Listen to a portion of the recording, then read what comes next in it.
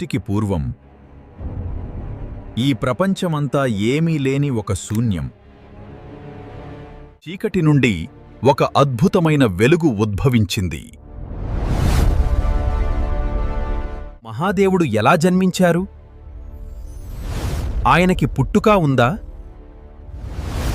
ఒక సమయంలో సృష్టికర్త అయిన బ్రహ్మదేవుడు,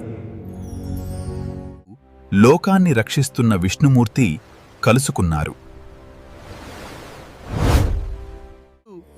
నేనే అందరిని కాపాడుతున్నాను, నేనే గొప్ప అని విష్ణుమూర్తి అన్నారు. ఇద్దరి మధ్య ఎవరు గొప్ప అనే ఒక చిన్న వివాదం మొదలైంది. ఈ లోకాన్ని సృష్టించాను కాబట్టి నేనే గొప్ప అని బ్రహ్మ అన్నారు. ఇద్దరి మధ్య ఈ వివాదం జరుగుతుండగా హఠాత్తుగా ఒక వింత జరిగింది.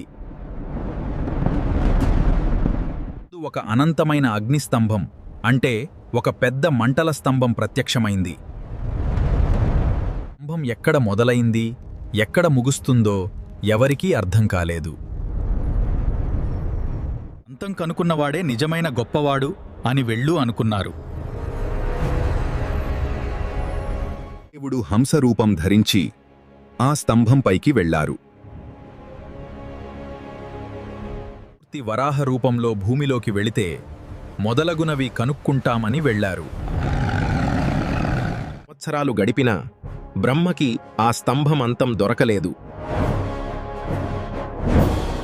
మూర్తికి కూడా ఎంత వెతికినా ఆ మంటల స్తంభం మొదలవలేదు. వెళుతున్న బ్రహ్మకి పైపుంచి కింద పడుతున్న ఒక మొగలి పువ్వు కనిపించింది. పువ్వు చాలా కాలంగా ఆ స్తంభం పైపుంచి కింద పడుతోంది. అంతం చూశాను అని అబద్ధం చెప్పమని బ్రహ్మ ఆ పువ్వుని కోరారు. మూర్తి తిరిగి వచ్చి తన వల్ల కాలేడు అని తన ఓటమిని ఒప్పుకున్నారు. బ్రహ్మ వచ్చి, నేను అంతం చూశాను, డింకి ఈ పువ్వే సాక్ష్యం అని అబద్ధం చెప్పారు. విన్న వెంటనే ఆ మంటల స్తంభం నుండి ఒక గంభీరమైన శబ్దం వచ్చింది. The moment I heard that lie, a solemn sound came from the pillar of మంటల మధ్య నుండి దేవదేవుడు, ఆ పరమశివుడు బయటకు వచ్చాడు. మహాదేవుడు.